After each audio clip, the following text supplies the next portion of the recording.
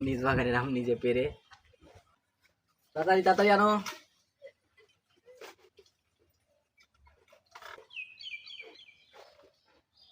এই যে দেখতে পাচ্ছেন, এখন এগুলো ধুয়ে এই যে ঝাল লবণ আছে, ঝাল আর লবণ। যারা যারা খাবেন দ্রুত চলে আসুন আমাদের কাছে। থাক